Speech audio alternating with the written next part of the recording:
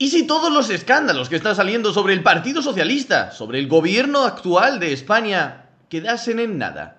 Todo lo que estamos conociendo en las últimas semanas es simplemente, porque estas personas están o bien teniendo más miedo de la justicia española que de sus anteriores socios, o bien creen que pueden sacar una mayor ventaja, un mayor beneficio personal, colaborando con la justicia y no con sus antiguos socios.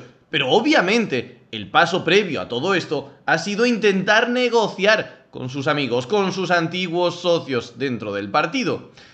¿Qué pasa si a partir de ahora resulta que han llegado a un acuerdo? Porque hoy le tocaba declarar tanto a Koldo como a Ábalos. Y digamos que no han desvelado demasiada información. Por un lado tenemos a Koldo, que se ha acogido a su derecho a no declarar. Según Koldo, como ha cambiado su abogado, tienen que ahora darle tiempo al nuevo para que conozca todas las entrañas de este caso y necesita, creo que ha dicho, un mes para preparar su declaración. Lo único que tenemos es que a día de hoy, en el juicio tan esperado, supuestamente con el Partido Socialista conteniendo la respiración para ver qué iban a decir sus antiguos amigos, Koldo no ha dicho absolutamente nada. Se acoge a su derecho de no declarar. Veremos si esto es una táctica para, en el futuro, declarar más o ya va a ser la línea que va a seguir hasta el final porque quizás ha conseguido alguna promesa con alguno de sus antiguos socios. Por el lado de Ábalos, ha declarado, sí, pero no contra el Partido Socialista. Ábalos defiende una vez más su inocencia diciendo que no se reconoce en esos audios, que quizás todo está manipulado. Esa es la nueva línea que parece que va a seguir José Luis Ábalos. Llegados a este punto, ¿qué va a pasar ahora con el Partido Socialista si Koldo decide no declarar más? No sabemos por qué.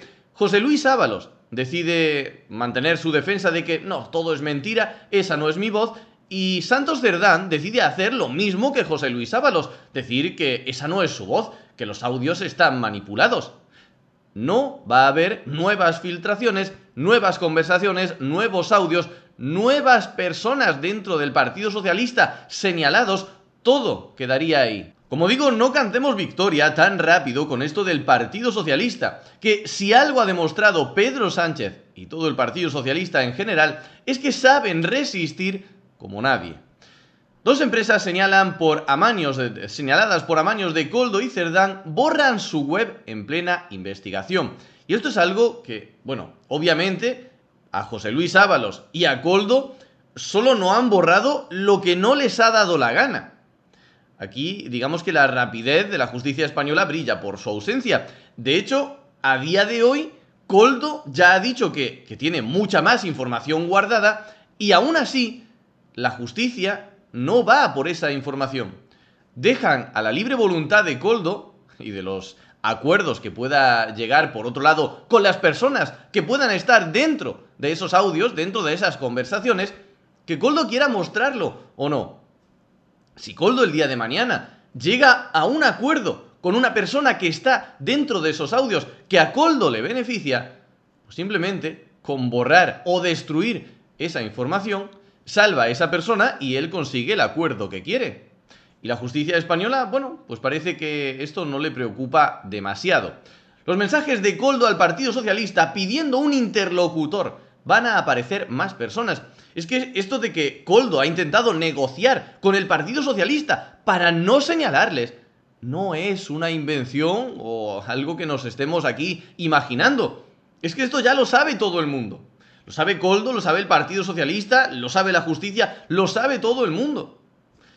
En fin, ¿será que antes no le habían puesto un buen interlocutor y ahora sí? Y por eso Koldo ha cambiado su visión en este juicio y se ha cogido su derecho de no declarar.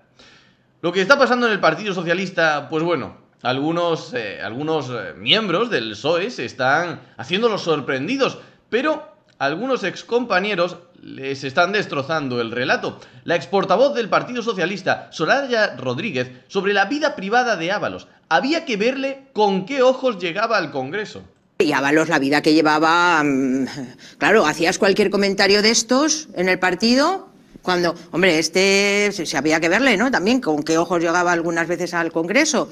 Y decían que, bueno, que la vida privada, que no fuera monjil. Hombre, yo monjil no soy, pero entre monjil y lo que se está viendo, en fin, honestamente, yo cuando veo a la gente que se tira, la vicepresidenta del gobierno, María Jesús Montero, es que no se podía esperar esto de Ábalos, recordad, ¿no? También. Yo decía, hombre, pues de Ábalos a lo mejor sí te lo podías haber esperado, es que... Vale, María Jesús, ahí lo llevas. Si hubiese algún periodista medio decente en España, de los que dejan entrar a ruedas de prensa y preguntar, obviamente, la próxima pregunta obligada a María Jesús Montero es sobre esta declaración.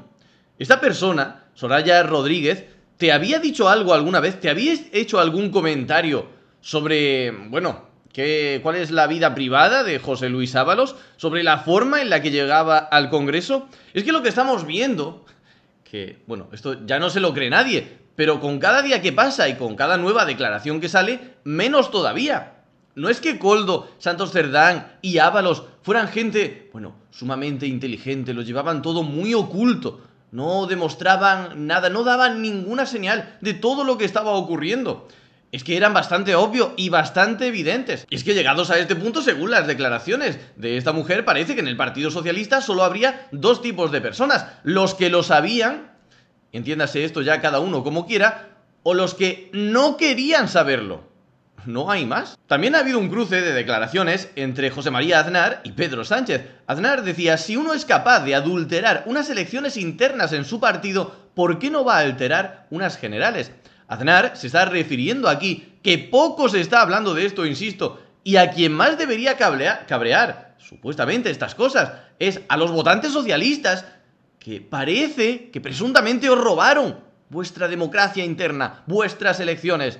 Que tenéis audios de cómo se adulteraron esas elecciones, de cómo se metieron votos a favor de Pedro Sánchez. Bueno, pues Aznar se ha referido a esto diciendo, si esta gente fue capaz de amañar unas elecciones internas del partido, ¿por qué no va a hacer lo mismo con las elecciones en España? A lo que Pedro Sánchez ha respondido muy ofendido. Siempre igual, estrategia de deslegitimar los resultados electorales y por ende al gobierno de España. Solo les vale la democracia si son ellos los que gobiernan. No, esta frase se aplica bastante más a la izquierda. En cualquier caso, Pedro, amigo mío, no solamente es Aznar o la gente de la malvada ultraderecha los que empiezan a tener cada vez más dudas con esto, sino incluso la propia gente del Partido Socialista. Tomás Gómez, exsecretario general del PSOE madrileño, opina que es entendible que se generen dudas. Es verdad que Pedro Sánchez ha colonizado instituciones, que pone a su mano derecha al frente de Correos, que pone a Tezanos al frente del CIS, que ha controlado Televisión Española, que ha hecho penetraciones en el Poder Judicial, sobre todo en el Tribunal Constitucional. Es verdad. Si Pedro Sánchez y el gobierno de España están atacando la separación de poderes en nuestro país, si están colonizando todas las instituciones democráticas que pueden, quien se está cargando la credibilidad de la democracia en España no son aquellos que lo señalan, son aquellos que lo hacen. Pedro, a ver si te entra en la cabeza. Y vamos también con las dichosas encuestitas que ya empiezan a salir. Y digo dichosas encuestitas que no porque yo tenga nada en contra de ellas, de hecho pueden ser interesantes para palpar el sentimiento de los españoles, pero a mí lo que me preocupa es que la oposición muchas veces se centra más en las encuestas que en la realidad y en el trabajo que tiene que hacer. Os recuerdo, hoy Pedro Sánchez está gobernando cuando todas las encuestas daban por imposible ese escenario. La victoria del Partido Popular en las anteriores elecciones generales era, un mero trámite burocrático el ir a votar ese día. Y luego, mirad dónde hemos acabado. El PP aventaja al Partido Socialista en 8,4 puntos y 48 escaños. Superaría a los 9 partidos del pacto de investidura juntos. En fin, pues una encuesta más. ¿Qué queréis que os diga? Que puede marcar la tendencia, pero yo llevo años viendo encuestas en las que siempre una y otra vez gana el Partido Popular y tiene mayoría absoluta junto con Vox. Esto lo llevo viendo desde hace años. Todas las encuestas antes de las elecciones pintan este escenario. El día de las elecciones gobierna Pedro Sánchez. Y la siguiente encuesta que sale tras el día de las elecciones vuelve a dar mayoría absoluta a Partido Popular y Vox. Y a todo esto, ¿qué está haciendo el Partido Socialista y Pedro Sánchez para intentar, bueno, limpiar un poco su imagen? Pues sí, tirar de uno de sus chiringuitos, del chiringuito, en este caso, LGTBI. Intervención del presidente Sánchez en el acto conmemorativo del 20 aniversario de la legalización del matrimonio igualitario. Sí seguimos queriendo. Y uno de los que participa es el infame José Luis Rodríguez Zapatero. Que, en fin, que Zapatero tenga una voz y sea una voz autorizada dentro de España, manda narices. Este hombre, al margen de todo lo que puede estar saliendo o de lo que pueda salir en el futuro, este hombre se cargó a España, literalmente arruinó el país. Éramos la Champions League de la economía, tiempo antes de tener que salir huyendo y declarar elecciones anticipadas porque el país no aguantaba más con esta persona al frente. No fue capaz de agotar su mandato. Pero parece que los votantes españoles tenemos la memoria más bien cortita. Alberto Núñez Feijóo y Pedro Sánchez han tenido un interesante debate a través de Twitter, que ha demostrado que Pedro Sánchez está, digamos, un tanto nervioso, porque en estos temas suele quedar bastante por encima de Feijóo, porque sabe manipular bastante bien. Pero en este caso, digamos que se ha dado una autozasca. Alberto Núñez Feijóo decía, propaganda al margen, lo que Sánchez acaba de decir es que va a comprometer el gasto militar para los próximos 10 años sin presupuestos y sin pasar por el Congreso. O sea, ha acordado que España pague, pero cuando él ya no esté. Patada hacia adelante. La prensa internacional mantiene que el objetivo final sigue siendo el 5%. Sánchez debe contestar a todas las dudas que están surgiendo. No puede pretender seguir mintiendo a todo el mundo. La política exterior es algo serio, no una cortina de humo para tapar la corrupción. En esta parte tiene toda la razón del mundo. Toda esta polémica que está liando Pedro Sánchez con el gasto militar de la OTAN responde obviamente a intentar desviar la atención, el foco mediático y el debate público de las corruptelas del Partido Socialista, de las corruptelas dentro del gobierno, a si debemos gastar más o menos en defensa. En cualquier caso, ojo, lo que está describiendo esto es que Alberto Núñez Feijóo y Pedro Sánchez están de acuerdo en que España no debería gastar ese 5% del PIB en defensa. A lo que Pedro Sánchez le ha contestado, porque claro, Alberto Núñez Feijóo le estaba diciendo: Sánchez se ha comprometido a alcanzar el 5% del PIB de gasto en defensa, pero en el futuro, cuando él ya no esté. ¿Cómo puede hacer eso? Y tiene razón en esa crítica. Pedro Sánchez no puede ni aprobar unos presupuestos generales para este año. ¿Cómo narices va a tener legitimidad para comprometer el gasto militar de cara a 2029 o 2035? No tiene sentido. Pedro Sánchez ha querido quedar por encima y le ha dicho: toma, Alberto, que alguien te la traduzca, a ver si esto aclara tus dudas. Y ha compartido una carta de Mark Rutte. El problema es que en esa carta de Mark Rutte, bueno, a quien se la deberían traducir es a el propio Pedro Sánchez, que ha querido ir de listo y se ha pasado de frenada. Porque en esta carta, Mark Rutte lo que le dice es: Pedro Sánchez, muchas gracias por comprometerte a alcanzar los objetivos de la OTAN. Es decir, los objetivos del 5%. La flexibilidad que le está dando Mark Rutte a Pedro Sánchez y a España es la forma en la que este país va a llegar a ese gasto militar para el año 2035. No que no tenga que cumplirlo. Y ojo, le ha dicho además: me fío tanto de ti que en 2029, dentro de 4 años, vamos a hacer una revisión. Y si veo que vas muy atrasado, o si veo que vas mal, cambiamos el acuerdo. Que no. Que lo vas a tener que cumplir, y además te voy a estar vigilando. Eso es lo que dice esta carta, que ha publicado el propio Pedro Sánchez, para decir... Porque bueno, tenemos el flamenco, la tortilla de patatas y el solecito y la siesta. Imagino, porque somos únicos y especiales. Por eso a España va a ser a los únicos que no nos van a exigir un 5% de gasto en defensa. Vamos a estar dentro de un club, dentro de una organización, que cada uno de los miembros se compromete a gastar un 5% en defensa para que entre todos tengamos un ejército que disuada al resto del mundo de atacar a cualquiera de los miembros dentro de la alianza. Pero bueno, vamos a proteger también a España, aunque ésta gaste menos dinero, porque bueno, son muy simpáticos los españoles. Eso es lo que nos quería vender Pedro Sánchez. La realidad, pues bueno, está en la propia carta que él ha publicado. Haciendo su habitual juego de trileros, ha salido y se ha convertido en el Pedro Sánchez libertario, defendiendo, bueno, no bajadas de impuestos, pero al menos no subidas. Escuchad.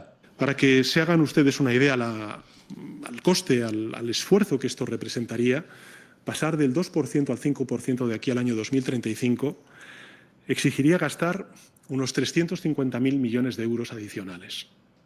Repito, 350.000 millones de euros adicionales, que solo podrían conseguirse a base de subirle a cada trabajador y trabajadora los impuestos en unos 3.000 euros anuales.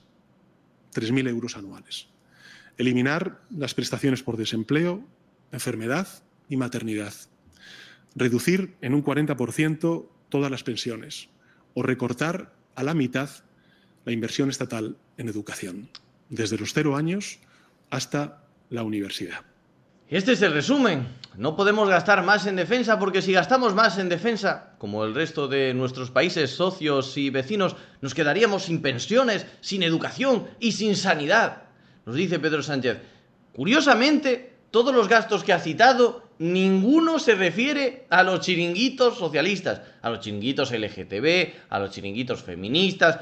A esta noticia de aquí, por ejemplo, así riega Sánchez a los influencers de izquierdas en los actos del año de Franco. El año de Franco era muy necesario. El dinero del año de Franco no había que gastarlo en educación, no había que invertirlo en pensiones o en hospitales, en medicina.